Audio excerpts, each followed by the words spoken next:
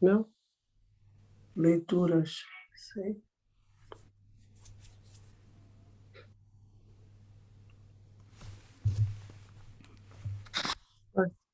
Não, não precisas. Ora, muito bem, então penso que já podemos começar. Boa noite a todas, mais uma vez, a todos os que estão aqui. Vou voltar a dizer os nomes, gosto sempre de dizer os nomes das pessoas que estão aqui: a Dilane, a Elsa, a Bernadette, a Carla, a Micaela, a Ermelinda, a Graça e a Maria. Penso que sim, que estou a ver aqui todas as pessoas que aqui estão presentes. E também a Mariane, que aqui que está não visível, mas está aqui ao meu lado e, portanto, vai também acompanhar, vai participar. E como fizemos na outra vez, vamos começar então com o serviço de completas. E, portanto, vamos ver então aqui. Começamos então em nome do Pai, do Filho e do Espírito Santo. Amém. O Senhor nos conceda uma noite tranquila e no fim da vida uma morte santa. Amém. O nosso auxílio está no nome do Senhor, que fez os céus e a terra. Vamos meditar um pouco naquilo que foram as nossas falhas durante este dia, se calhar durante esta semana. Deixamos que o Espírito Santo nos mostre aquilo que precisa de ser modificado, aquilo que precisa de ser melhorado e corrigido.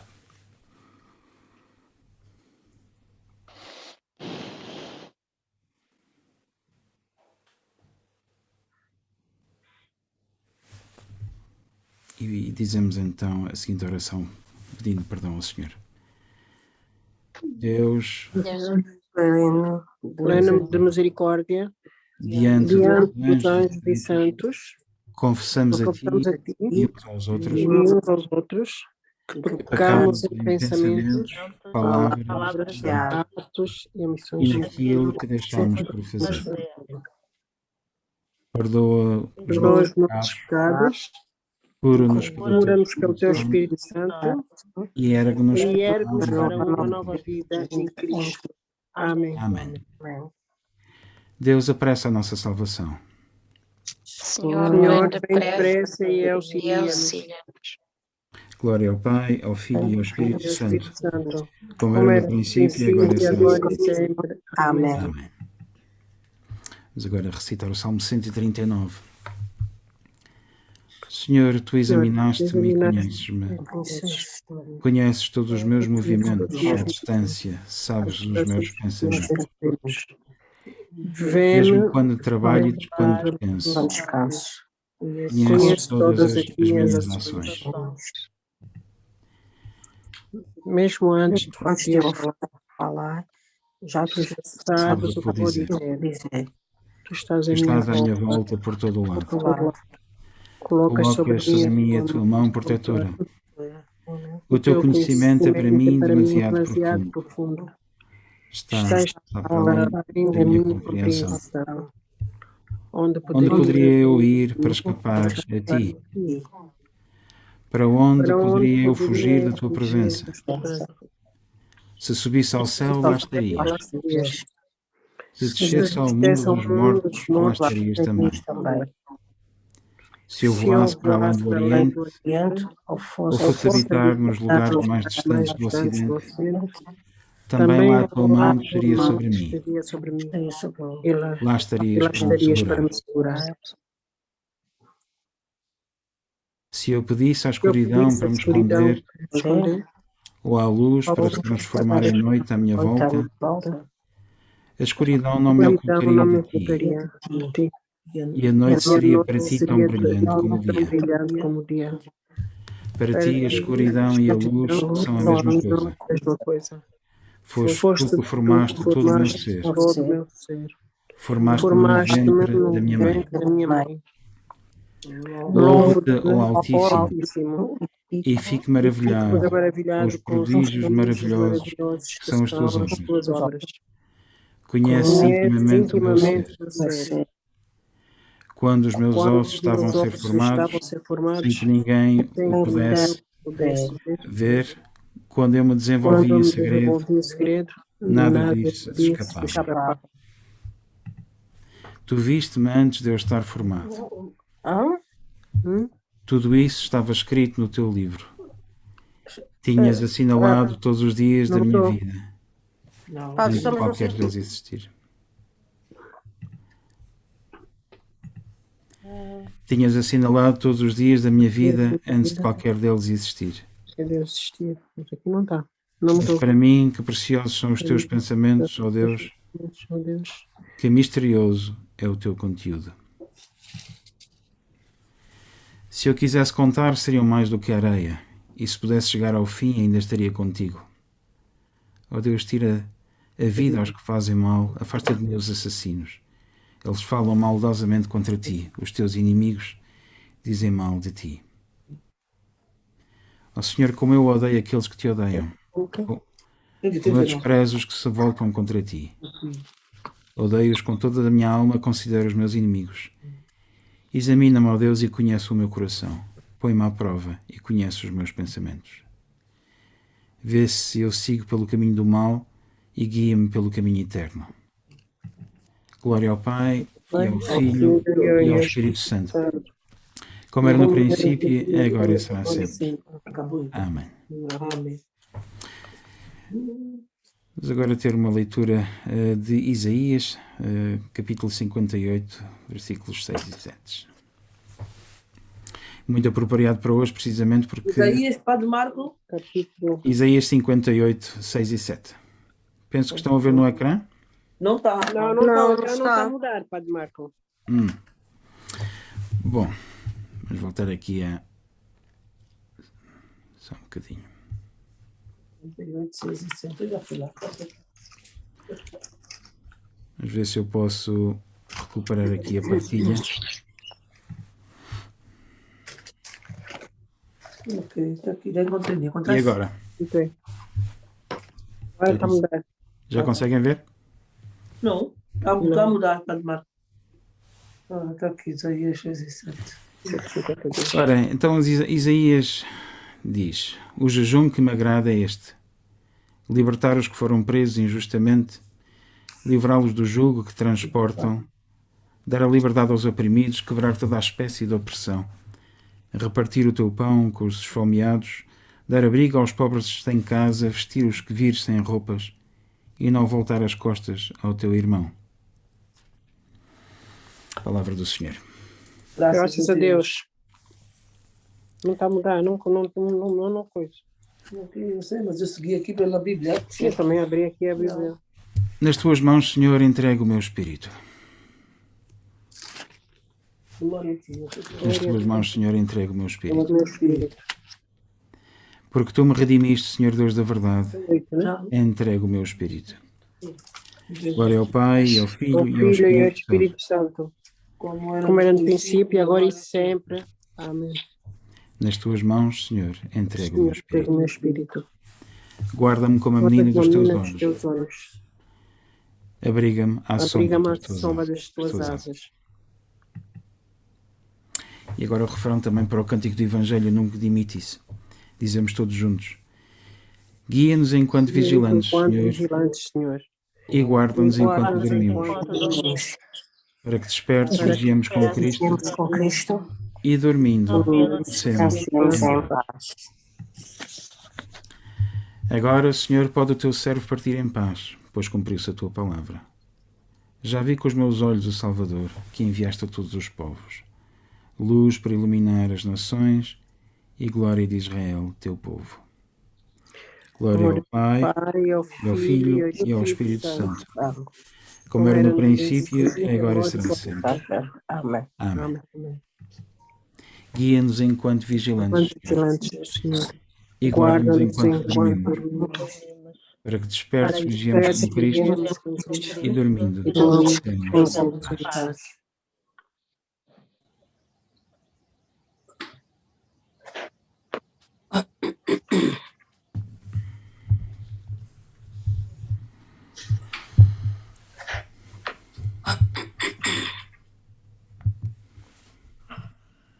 Vamos agora apresentar ao Senhor as nossas intercessões.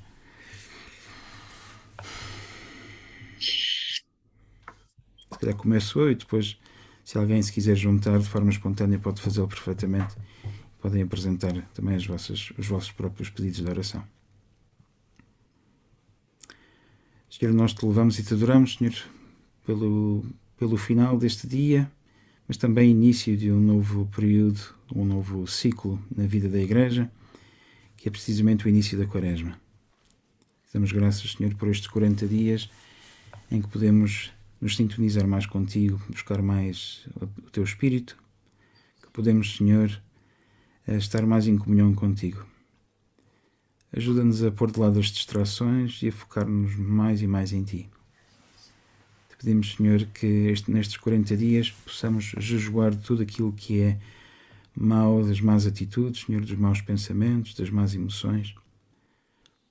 Possamos, Senhor, nos alimentar cada vez mais da tua palavra. Possamos mais e mais depender de ti. Livra-nos, Senhor, daquilo que está a mais e foca-nos naquilo que é o essencial, Senhor. Senhor, na tua misericórdia. Ouve a nossa oração.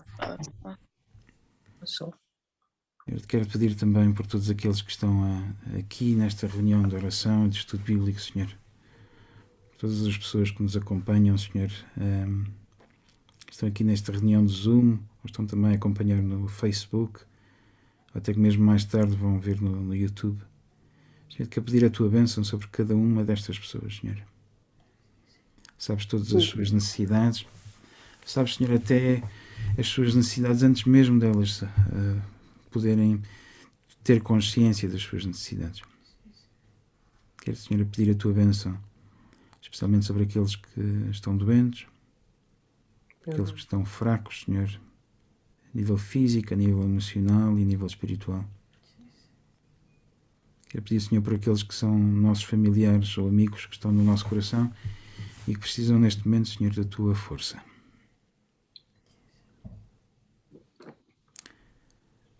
Pedir, Senhor, também por aqueles que estão em dificuldades financeiras, económicas.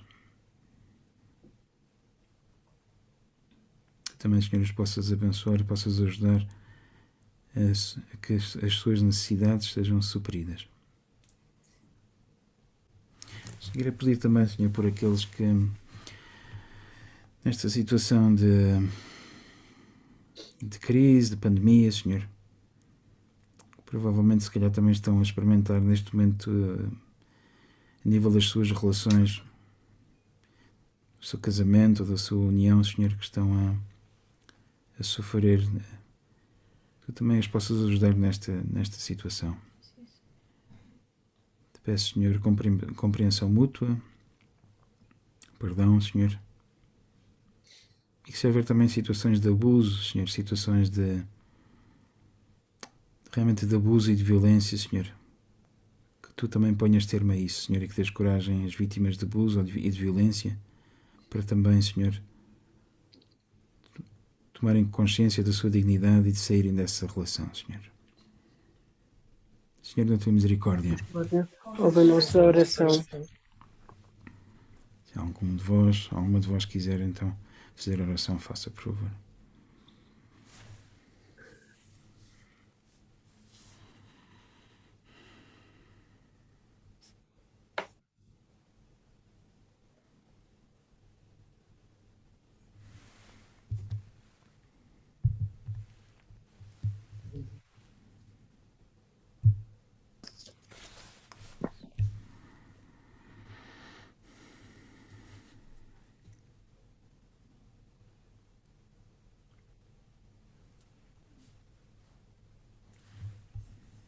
Senhor, escuta então os nossos pedidos, aquilo que nós apresentamos diante de Ti, mesmo no silêncio, Senhor. E vamos também dizer esta oração, pedindo a bênção do Senhor para o nosso lar. Visita este lugar, te pedimos, ó Senhor, e afasta dele todas as armadilhas do inimigo. Que os Teus santos anjos habitem connosco e nos guardem na paz, e que a Tua bênção seja sempre connosco, mediante Jesus Cristo, nosso Senhor. Amém. Amém. E dizemos todos juntos também a oração que o Senhor nos ensinou, Pai Nosso.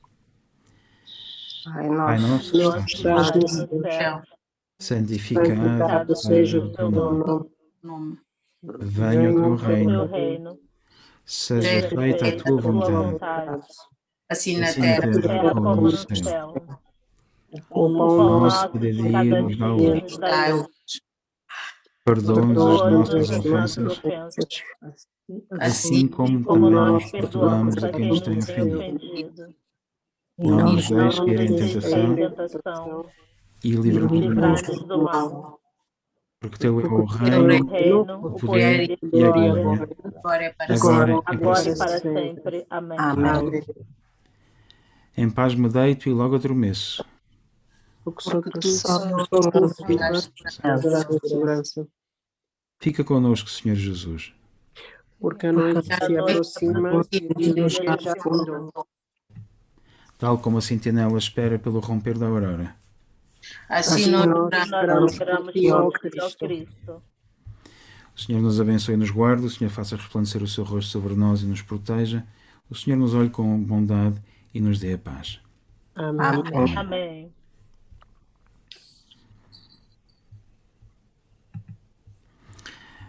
Ora, muito bem, então conseguimos, fizemos a nossa oração. Vamos então agora passar propriamente para o estudo bíblico. Vamos, portanto, relembrando que vamos nos focar no livro de Ruth, e eu se calhar vou voltar aqui a partilhar o meu ecrã para podermos, para eu poder partilhar convosco aquilo que aqui está. Lembrar então o livro de Ruth, portanto, que toda a ação começa aqui no reino de Moab e que depois acaba por se transferir aqui para aquilo que é designado aqui como o reino de Judá. Lembrar que quando nós pensamos em Israel, Israel não era uma entidade política e religiosa única, portanto, ao fim e ao cabo, quando falamos de Israel, estamos a falar até de dois reinos ou de duas entidades: o reino de Israel ao norte, como aqui vemos, e o reino de Judá aqui no sul. E, portanto, a ação de que nós estamos a falar no livro de Ruth passa-se aqui mais ou menos aqui nesta área. E o principal personagem deste livro é precisamente Ruth, que dá o nome ao nosso livro. Esta mulher do reino de Moab, é chamada então uma Moabita. Portanto, Ruth, para os habitantes do reino de Judá, para os habitantes desta região de Belém e arredores, Ruth era então uma estrangeira, era uma imigrante vinda de Moab. Vamos então agora aqui ao capítulo 2 e vamos ver se vamos conseguir ler, e vou pedir a algum voluntário que queira partilhar, queira fazer a leitura e portanto nos abençoe com essa mesma leitura.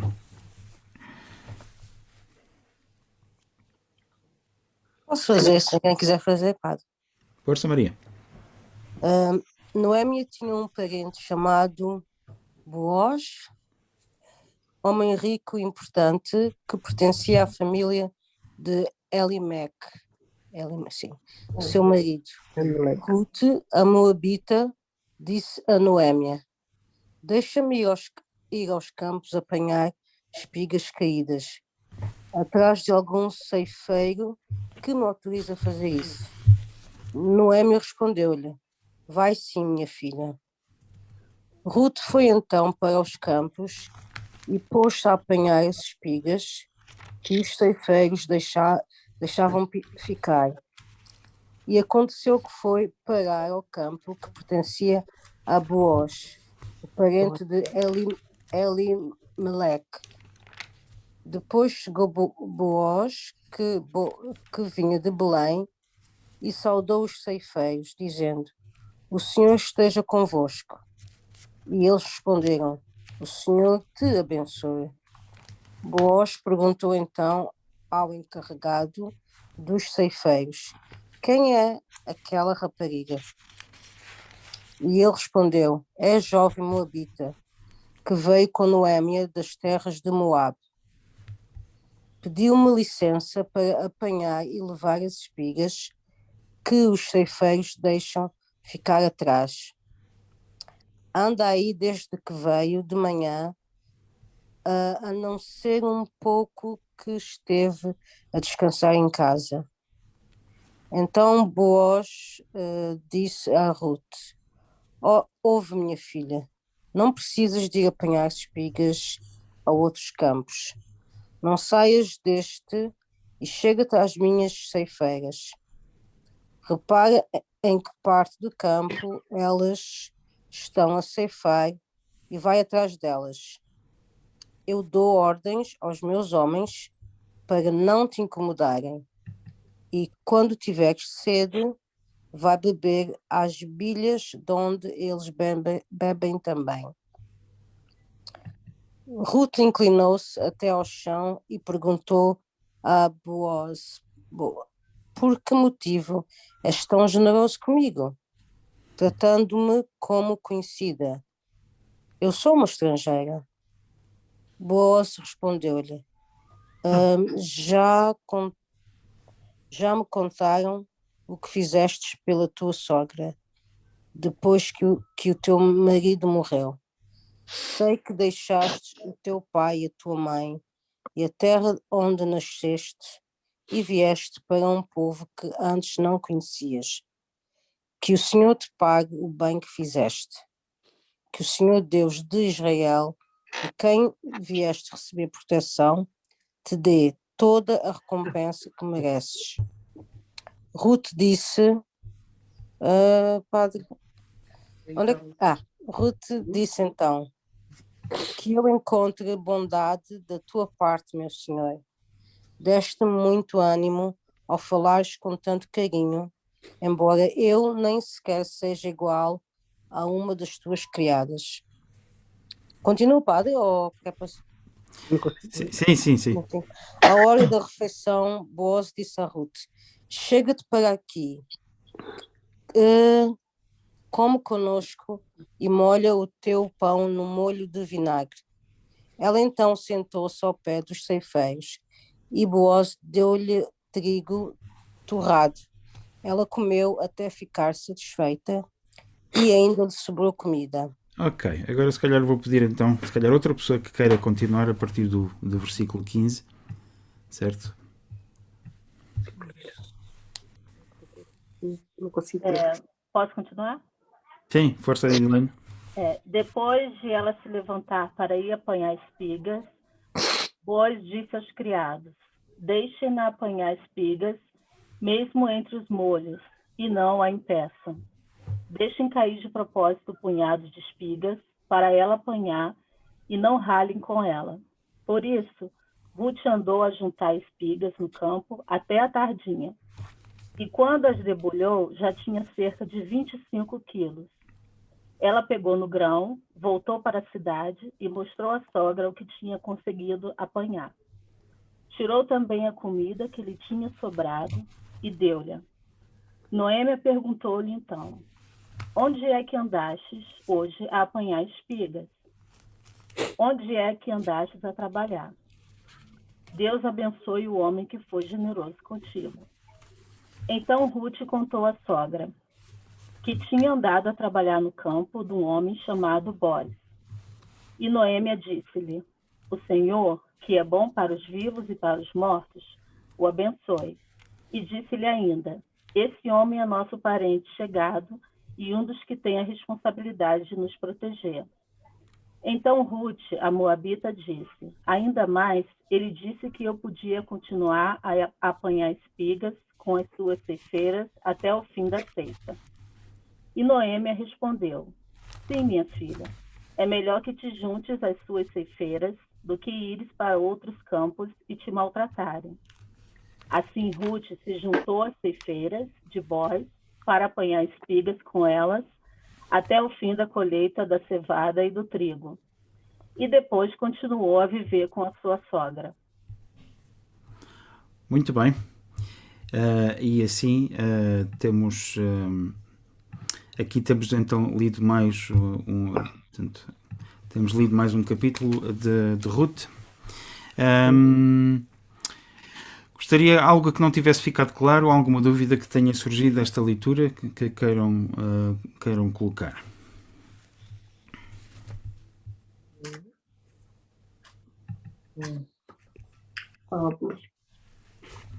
Peraí, porque que ele era.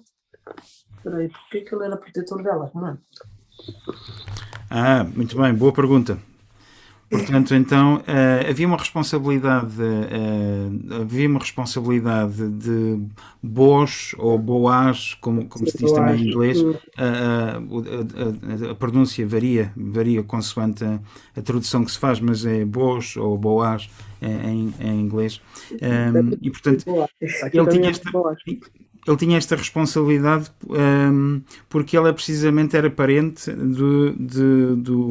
de Elimelech, não é? Elimelech, que era o falecido marido de Noémia, não é? Ou de Noemi, não é? Certo? E portanto havia essa responsabilidade, havia uma, portanto a lei judaica exigia que portanto, o parente mais próximo, de certa forma, assumisse a responsabilidade de cuidar dos seus familiares, e nomeadamente mulheres que, portanto, eram na sociedade portanto, os elementos mais fracos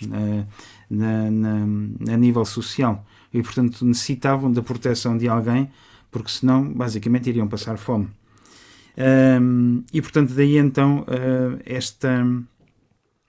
este interesse que Boaz ou Boaz tem em Ruth e em Noémia. Portanto há uma obrigação familiar, uma obrigação legal ou bíblica que incide sobre Boaz. Ok?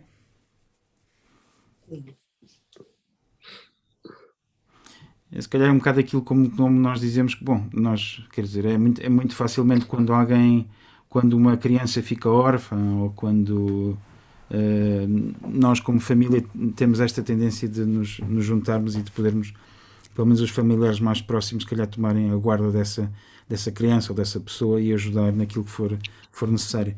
Neste caso aqui, mesmo sendo Noemi e Ruth adultas, mas não havia segurança social, lembrar isso.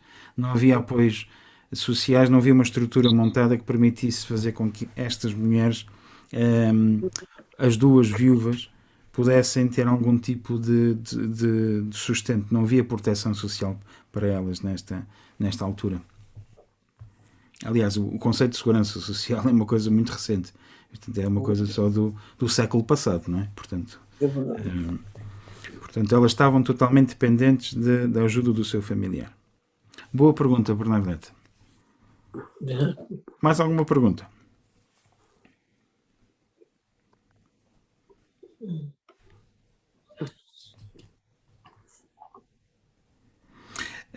Não sei se acharam, o que é que vos pareceu o facto de desta atividade de Ruth, ela, como diz aqui numa outra tradução que eu tenho, a Ruth foi respigar nos campos de Boaz. Perdão? Eram campos de trigo, não é? Sim. Uhum. Então o que é que ela foi fazer a esse campo de trigo? Não foi colher o que eles não conseguiam partir, não é? Uhum. Não sei se alguém já trabalhou no campo e portanto já andou na ceifa. Eu sinceramente eu sou um rapaz da cidade e só uma vez como é que é dizer, me arrisquei a fazer alguma coisa a nível de trabalho de campo, que foi na apanha do tomate. E depois arrependi-me porque fiquei com as costas todas doridas. Mas além disso, fora o facto de as pessoas com que eu trabalhei nesse dia reclamarem imenso por eu estar a deixar passar tomate ou não apanhar tomate da forma mais correta. E portanto, aqueles que eram experientes apanhavam todo o tomate que estava na fila deles, e eu ia deixando passar alguns.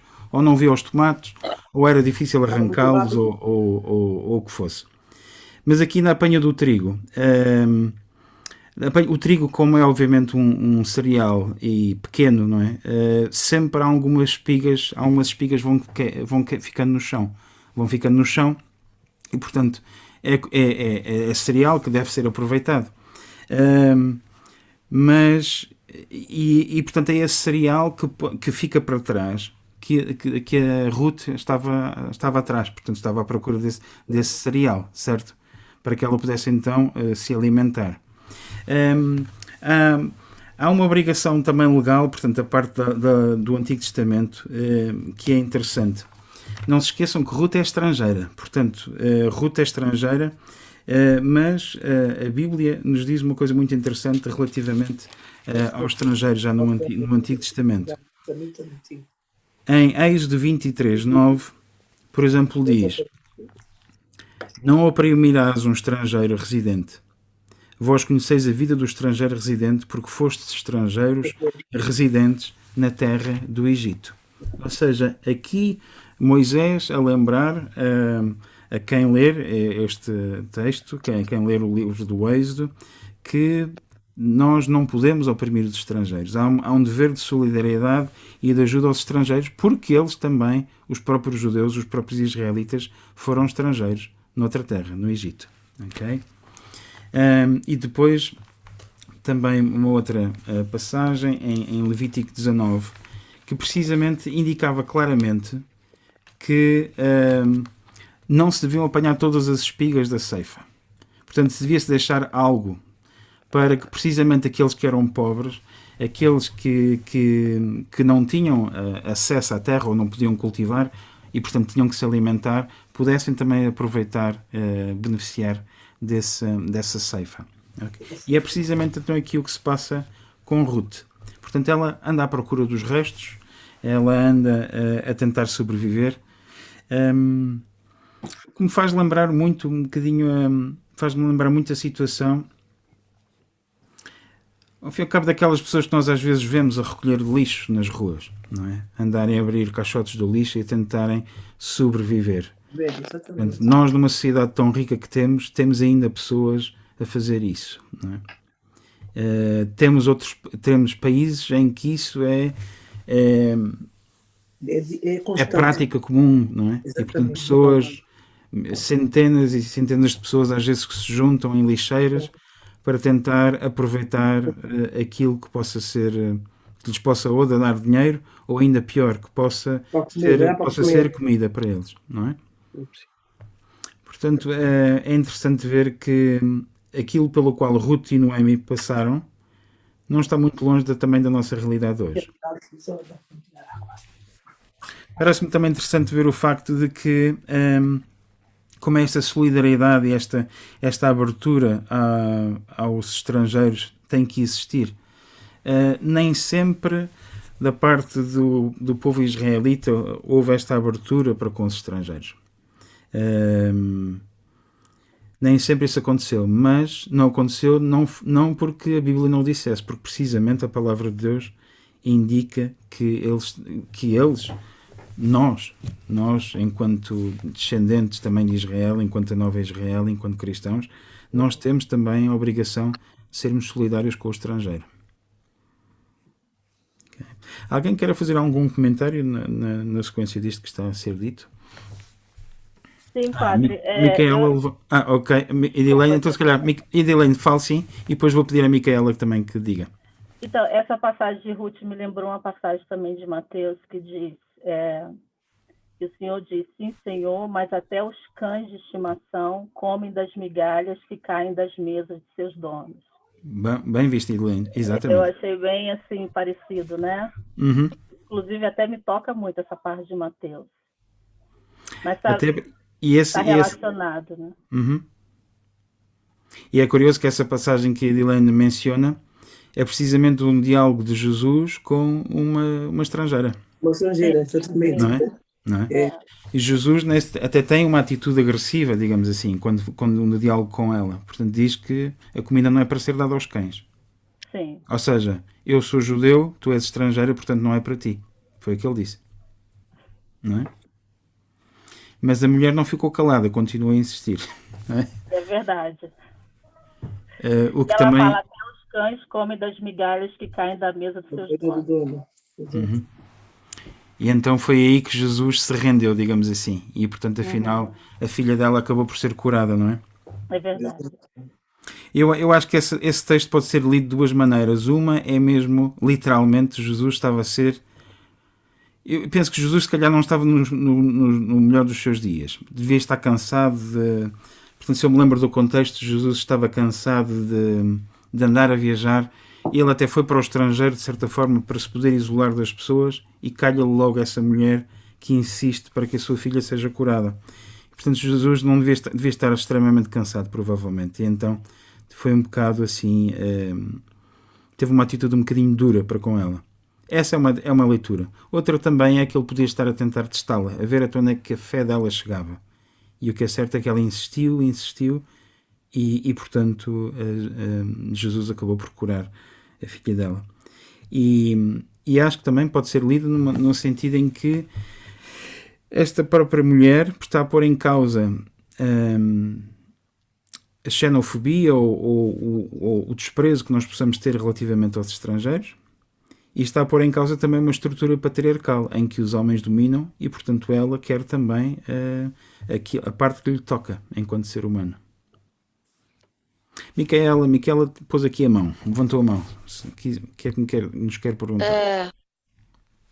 Não, eu queria só partilhar uma passagem porque eu vi que a Ruth também só estava a colher aquilo que ela plantou, né? Porque ela foi sempre generosa com a sogra e tratou-a sempre bem. E costuma-se dizer, o bom filho a casa torna, né? Então, quando ela voltou para a cidade da Noemi, eles também lá sentiram-se na obrigação de acolhê-la com satisfação, porque ela sempre respeitou a Noemi e sempre lhe teve como a mãe e ela como a filha também, não é? E acho muito giro, né? Hoje, no dias de hoje, é raro, a sogra tem sempre má fama de ser má, né? Exato. Mas não é o caso delas, são amigas e deram-se bem e pronto. Foi o que eu achei. Muito bem, obrigado, Micaela. Eu não estive na primeira... no primeiro capítulo, não conhecia a história assim muito ao fundo. E já há muito tempo também ausentei-me do estudo bíblico. Não sei se estou certa ou se estou errada, mas acho que está muito certa. Parece que até um ponto de vista que eu reparei aqui.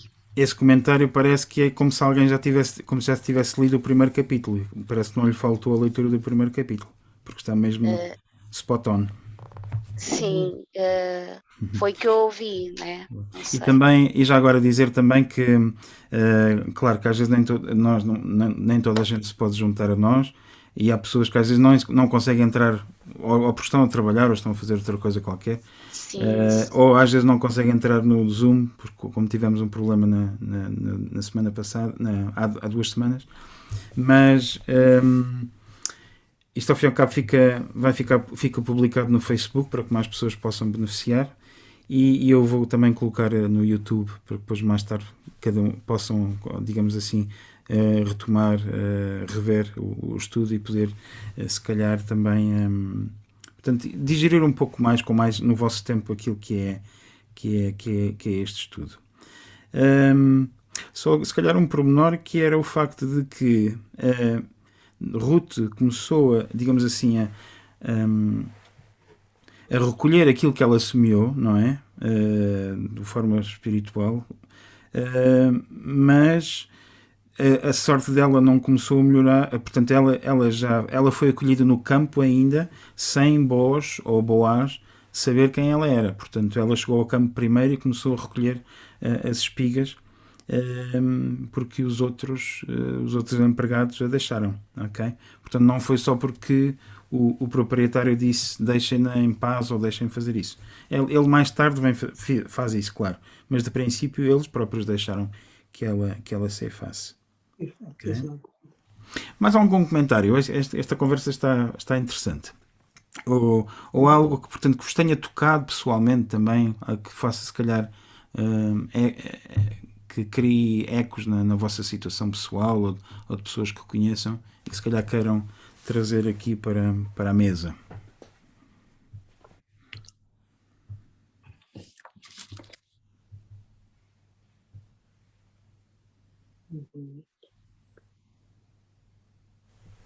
Ou então até colocar mais uma vez alguma pergunta também, não é? Alguma dúvida que possam ter, mais uma vez. Sim, padre, eu tenho uma dúvida. O facto dela ter sido logo bem tratado não tem a ver um pouco com aquilo que em inglês diz a merited favor, quando a pessoa tem fé, quando a pessoa tem uma relação com Deus. Não estou a dizer que acontece sempre, não é? Que mesmo com uma relação com Deus a pessoa tem dificuldades na mesma, mas Claro. que o facto dela ter... Ou seja, a minha interpretação é que por ela já ter uma relação com Deus, de certa forma, Deus foi à frente. Mas não tenho a certeza se ela, porque ela era uma estrangeira, não tenho a certeza, pois nunca entendi, ela já tinha uma relação com Deus ou não? Pois é uma boa pergunta, não é? É uma boa pergunta, Maria. O que é que os outros acham já agora? Se lembram? Eu acho que ela tinha. Mesmo não sendo da mesma religião, ela tinha. Isto é um pormenor importante, Graça, não é? A Graça, a Bernadette, aliás, eu vejo o ecrã da Graça a aparecer, a piscar, e como se fosse a Bernadette a falar, mas também a Bernadette, claro. Sim, Bernadette.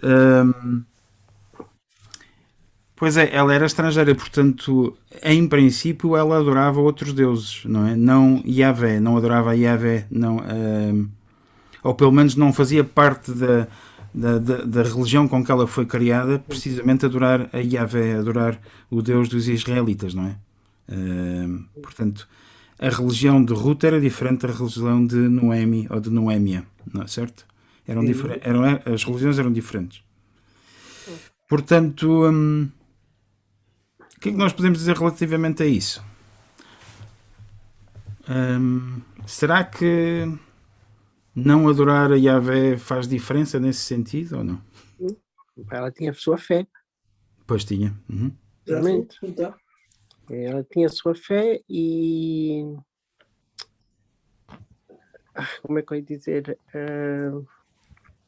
Tinha humildade, Então, ela mesmo tendo... adorando os seus deuses, ela seguiu... Como é que eu ia dizer? Não sei se eu estou errada, mas... Ela ficou com a sogra, ela aceitou a religião dos deuses da sogra, a religião da sogra, não é? Eu acho que foi isso, Padre Marcos. Aceitou a religião da sogra.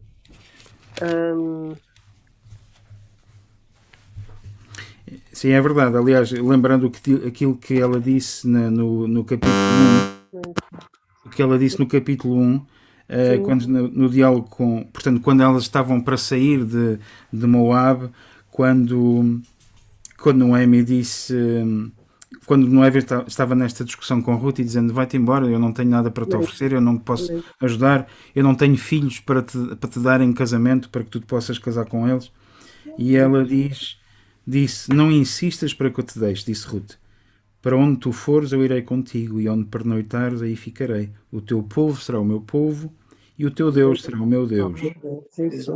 Onde morreres, também eu quero morrer, e ali serei sepultada. Que o Senhor me trate com rigor e ainda o acrescente, se até mesmo a morte me separar de ti. Aliás, aqui não nos esqueçamos que quando ela diz que o Senhor me trate com rigor, o que ela está a dizer é que Yahvé me trate com rigor. Ela conhecia o nome de Deus, ou ela conhecia o nome do Deus que Noemi adorava. Exatamente. Se calhar podemos considerar isto como uma conversão, não é? Uma conversão no sentido, por via deste grande amor que Ruth tem pela sua sogra, ela converte-se, ela se submete-se a tudo realmente na sequência do amor que ela tem pela sua sogra e aceita a própria religião. Mas não sei se mesmo isso seria relevante, porque eu acho que o próprio amor de Ruth em relação à sua sogra, mesmo que Ruth se calhar não acreditasse em Yahvé ou seguisse uma outra religião qualquer, a religião dos seus antepassados, penso que isso não seria relevante, porque o amor acaba por se sobrepor a tudo. E, portanto, eu acho que Deus, precisamente na sequência daquilo que a Maria estava a dizer, o amor se sobrepõe e, portanto, Deus acaba por abençoar a Ruth precisamente por esta devoção, pelo amor que ela tem pela sua sogra. Não é? Padre Marco, está-me a ouvir agora? Boa, Elsa, estou a ouvir, sim. Eu tentei falar várias vezes, mas o meu microfone estava fechado. Depois. Okay. Agora é que eu dei conta. Eu acho que houve uma passagem que ela, no fundo, acabou por converter-se, não é? Porque disse à sogra que o povo da sogra seria o povo dela. Okay. E os familiares seriam dela também, e que tudo seria dela, e até o Deus da sogra seria o dela. Acho que a partir daí ela, no fundo, acabou por abraçar tudo. Ok. Exato, não negando se calhar o Deus dela, mas mas acabou por... Acho que a partir do momento que ela assumiu da sogra, negou dela. Porque a fé dela era extrema. Ora, isso também é uma discussão interessante também. Porque será que quando nós nos convertemos nós temos que fazer tábua rasa e pôr tudo para trás? Sim, porque isto aqui acho que, desculpa interromper, trata-se de lealdade, de fidelidade. Ela, no fundo, não negou também o povo dela. Ela simplesmente, não criou ali um estanque. Eu agora acabou tudo atrás, vou começar uma nova vida. Acho que ela, no fundo, acabou por abraçar tudo ao longo do caminho dela. Okay. E mostrou a compatibilidade, se calhar. Nossa. Acabou por mostrar que pela sogra acabou por pelo amor que conquistou, pela família e pela fé. Nos deuses da Noemi, que é a sogra. Sim. É isso que diz o capítulo 1, não é, Marcos? Sim. O teu Deus será o meu Deus, mas realmente é interessante porque nós às vezes podemos ter nesta atitude na nossa dinâmica religiosa, especialmente quando, vamos lá ver, há uma coisa que eu acho que deve ser clara da nossa parte, que é relativamente ao nosso relacionamento com Deus. Tem que haver uma experiência de conversão.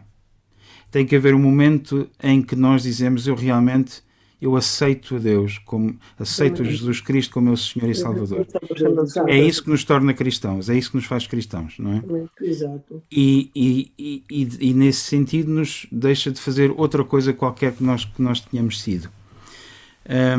E portanto tem que haver ali um momento decisivo, tem que haver uma linha que nós traçamos na areia, que dizemos a partir daqui eu sou uma pessoa diferente. E portanto João, aliás Jesus no Evangelho de João diz que tem que haver um novo nascimento.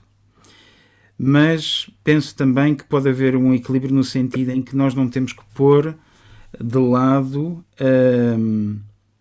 fazer tábua rasa daquilo que foi o nosso passado, e portanto o nosso passado é ao fim e ao cabo um fundamento no qual nós edificamos este novo momento de conversão que nós temos, e esta conversão ao fim e ao cabo dá sentido à nossa vida do passado, não é?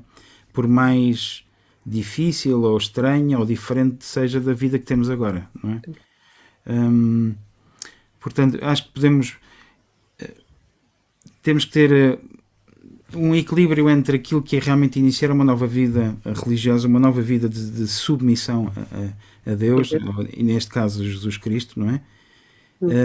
E ao mesmo tempo não se calhar caímos num certo tipo de fanatismo religioso que nos vai fazer pensar que tudo aquilo que foram as nossas experiências religiosas anteriores não eram válidas. Porque algo de Deus havia em tudo aquilo que nós vivemos religiosamente antes.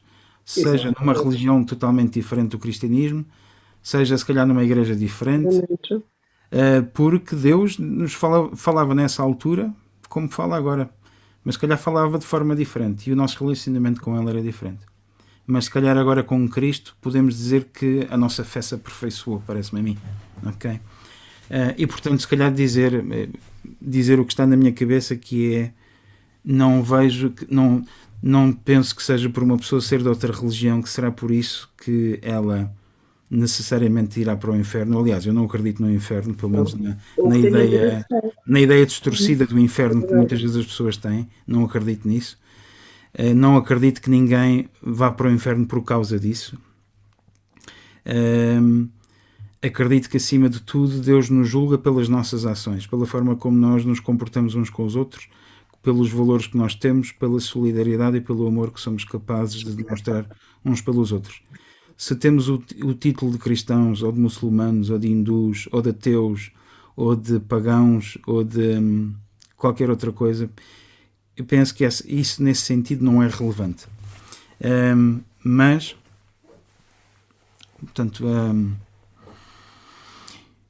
e ao mesmo tempo, ter sempre, porque somos cristãos, é isso que nós nos definimos, e como nos definimos enquanto cristãos, se Cristo é central, Jesus é central e é a pessoa mais importante da nossa vida nesse sentido, não é? Não é o único no sentido de... Ele é único e é o mais importante, mas se calhar também há outras formas de chegar a ele, mesmo que não se chamem Jesus Cristo, não é? Há um teólogo que falava há umas décadas atrás, que dizia que há muitos cristãos que o são sem saberem. Não é? Verdade, muitos porque têm fé, porque acreditam. Eu diria mesmo até ateus, aliás, eu vejo às vezes muita mais fé, às vezes vejo muito mais fé em pessoas que são ateias, que não acreditam em Deus, do que às vezes do que cristãos ou outros crentes de outra religião qualquer, porque eles e elas se baseiam em princípios e, portanto, de solidariedade humana. E a religião, às vezes, como nós sabemos, às vezes atrapalha mais do que ajuda. Exato, mais do que ajuda. Sim. Não é? Mas eu estou de pessoa de parte de fé. Acho que a fé, às vezes, é como o barro, não é? Quanto mais moldada, melhor fica. Okay. E tudo o que vem de cima ajuda. Como dizem que o barro na mão do oleiro faz milagres, não é? Uhum. Muito bem, boa. Esta discussão está interessante e bem viva. A Ermelinda está em silêncio, não ouvi dela, não estou a obrigá-la a falar, mas estou aqui a picá-la a ver se ela quiser falar, dizer alguma coisa. A Carla, ainda não ouvi dela, ela não está em silêncio, portanto ela pode falar, pelo que eu vejo aqui, o microfone dela está ligado. Mas estou a ouvir, senhor padre. Pois, exatamente, está a ouvir. Exatamente. Ok. Eu realmente estou tão agradado com aquilo que está a ser comentado que eu quero continuar a ouvir da vossa parte. E se calhar vocês me dizem, não, eu quero ouvir o que o padre tem para dizer. Mas eu sinceramente não tenho muito mais para dizer. Pelo menos relativamente a este capítulo. Já dá vontade de passar para o capítulo 3º, mas isso é daqui a 15 dias, não é agora. Não é ainda.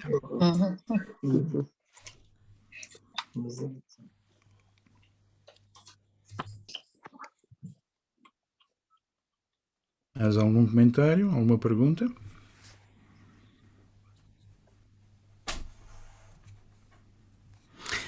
Padre, eu tenho, se não mais ninguém quiser falar. Pronto, eram duas noras, a Ruth, já não me lembro do nome da outra. Sim. Ruth, eu também vou ter que ver aqui na minha Bíblia o nome dela, que eu também me esqueci do nome dela. Mara. Não, Mara era um... Mara era Noémia. Mara é Noémia, exatamente. Mara era Noémia, sim senhor, verdade. Ou seja, Noémia disse, não me chamem Noémia, mas chamem-me Mara. Chamem-me Mara, porque sou amargurada, certo? É verdade, é verdade. Então aqui as noras. O nome dela é Cito. Sim, a minha pergunta... Órfã. Vamos deixar então a Maria... Vamos deixar a Maria... Órfã, não, Padre Marco? Sim. É órfã. É a Ruth e a órfã. Ok. Sim. A minha pergunta é que eu já li o livro de Ruth em inglês, já ouvi falar do livro de Ruth, e tenho sempre a impressão de que a Ruth ficou bem, é vista como a nora que é boa, que seguiu a sogra, e a outra como nora que foi má. Mas tudo o que ela fez foi obedecer, porque a sogra deu-lhes a opção de irem-se embora. Por que é que uma é vista como boa e outra é vista como má? Boa questão, Maria. Eu penso que A outra nora, pois, eu não sei se eu possa ter transmitido pessoalmente essa ideia, mas eu acho que ela não tem que ser vista como uma nora, realmente porque ela foi uma opção, portanto, o que me parece é que Ruth acabou por escolher a melhor parte e nesse sentido, como foi tão boa para a sua sogra, acaba pela outra cunhada, digamos assim, acabar por praticamente desaparecer aqui da história. Sim. Portanto, a outra não foi má, efetivamente, mas a Ruth é que foi tão boa que acabou por ofuscar a Orpa, não é? Sim. Aliás, a Orpa despediu-se de Noemi com respeito, diz aqui, Orpa beijou a sua sogra e retirou-se. Não é? Orfa. Ok. Veja, às vezes a grafia dos nomes varia conforme a tradução, porque depende muito de como se pronuncia e às vezes o português, como é que é dizer, as línguas não originais às vezes não conseguem exatamente traduzir graficamente aquilo que é o som dos nomes, e às vezes também a própria pronúncia dos nomes varia. Portanto, pode ser Orpa, pode ser Orfa, Noemi, Noémia, certo? Boaz, Boaz. Há umas certas variações, portanto também não estranhem, não se aferrem demasiadamente às vezes aos nomes, porque os nomes variam, ok? Claro. Olha, eu queria fazer uma pergunta a todos, não é? Eu só peço desculpa só, Bernadette, antes disso, porque eu vejo aqui que a Micaela levantou a mão outra vez. Eu queria fazer uma pergunta, não é, Micaela? Ela já está com a mão levantada há algum tempo. Não, é que acho que a irmã Maria já falou nesse aspecto. É que eu vi que a Mara, ou Noemi, quando voltou para a terra dela, pediu para não ser chamada Noemi, para ser chamada Mara, por causa que sofreu muito e ficou amargurada com infelicidade que aconteceu com ela, né? Mas já está esclarecida, sei porquê. Obrigado, Micaela. Então, Bernadette? Obrigada. Eu queria que me explicasse em termos modernos o que quer dizer entre as gavelas após dos cegados. Epá, qual é o versículo agora? Porque isso também parece-me uma linguagem que a mim já me escapa. No versículo 2. É no fim do 2. No último 2, versículo 7. Versículo 7? Sim. Vamos lá ver se uma outra tradução ajuda aqui. Ora, pediu-nos, por favor, que a deixássemos respigar e recolher espigas atrás dos ceifeiros. Ela veio e aqui tem ficado desde manhã até agora e nem por um pouco foi a casa descansar. Será melhor esta tradução? Deixa ali ceifeiros. Aqui diz gavelas após os cegados, antes do velo. E portanto, exatamente, é isso mesmo. Ok? Portanto, a cega ao fio que cabe é a colheita, não é? E, portanto, se calhar podemos mudar então por ceifeiros esse termo, não é? É capaz de ser um termo, já um português já um pouco arcaico, sinceramente, eu nem me lembrava desse termo, não é? Mas uma tradução um pouco mais moderna fala de ceifeiros. Já estou a mudar, já estou por aqui Boa. umas letrinhas. Ok. Bem, já passámos 1 hora, se calhar só mais uma pergunta e depois vamos terminar. Digo eu, mais alguma questão que tenho? Não, o capítulo é pequeno. Pois. Bem, este capítulo é pequeno, diz a Dona Graça, mas já deu pano para mangas, deu aqui muita coisa para discutir. Eu disse-vos, se vocês quiserem, portanto, se puderem, se lerem o capítulo mais à frente, o capítulo 3, as coisas vão ficar um bocadinho mais picantes. Tá já. Já, portanto, vão ficar assim mais, talvez um bocadinho mais interessantes. Mais interessante, ficou mais interessante, mas Não é para pôr uma bolinha no canto do ecrã, mas é quase. Tem umas coisas assim interessantes, digo eu. Exato. Já. Alguém tem mais alguma coisa para dizer? Oportunidade 2. Então pronto, eu agradeço a vossa presença. Mais uma vez, Micaela, Edilene, Elsa, Graça, Carla, a Galaxy S8 mais conhecida por Lourdes, a Bernadette, a Maria Amaral, a Domingas, Domingas apareceu aqui, e Irmelinda. Muito obrigado pela vossa presença, uma muito boa noite. Não me esqueço, vou aproveitar já agora que estamos aqui, dizer que no sábado vamos ter uma reunião. Eu quero-vos convidar para essa reunião em que nós vamos falar sobre aquilo que é o futuro da Igreja. E eu gostaria também gostaria de vos ouvir, gostaria de ouvir aquilo que seria, como é que vocês imaginam a Igreja, aquilo que possa ser o futuro da Igreja, da nossa comunidade.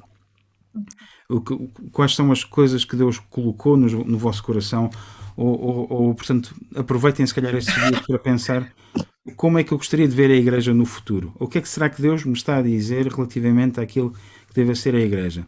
E portanto, eu gostaria de vos ouvir para que juntos nós possamos discernir um pouco aquilo que vai ser o futuro. E essa reunião eu chamarei a Visão para o Futuro. E dizer-vos também, aproveitar que nessa reunião vou... A que horas, Padre Marco? Às 3, sábado às 3. Vai ser no Zoom outra vez. Portanto, quem puder aparecer será muito bem-vindo. E, portanto, peço também que divulguem a palavra para aquelas pessoas que não puderam estar hoje no Zoom, nesta reunião, mas que possam, se calhar, também estar no sábado. Portanto, é bom ouvir de todos. E depois vou mandar o link, aliás. No grupo, não é? Sim, vamos mandar para o grupo e vou também colocar depois, quando no YouTube tiver este estudo bíblico, vou colocar também o link lá para a reunião de sábado. Acho que me estava a esquecer de qualquer coisa, que era, além de agradecer a todos, o que é que era? É a reunião de sábado, às 3. Já sei, sim, vou partilhar uma novidade no sábado, porque penso que vai ser uma boa novidade, acho eu. Mas não vos vou dizer agora o que é, portanto apareçam. Okay. Um grande abraço então, Deus vos abençoe. Até sábado e no estudo bíblico até daqui a 15 dias. Boa noite a todos. Obrigada. Tchau, um abraço. Tchau, obrigada, tenha uma boa noite. Obrigada. Boa noite.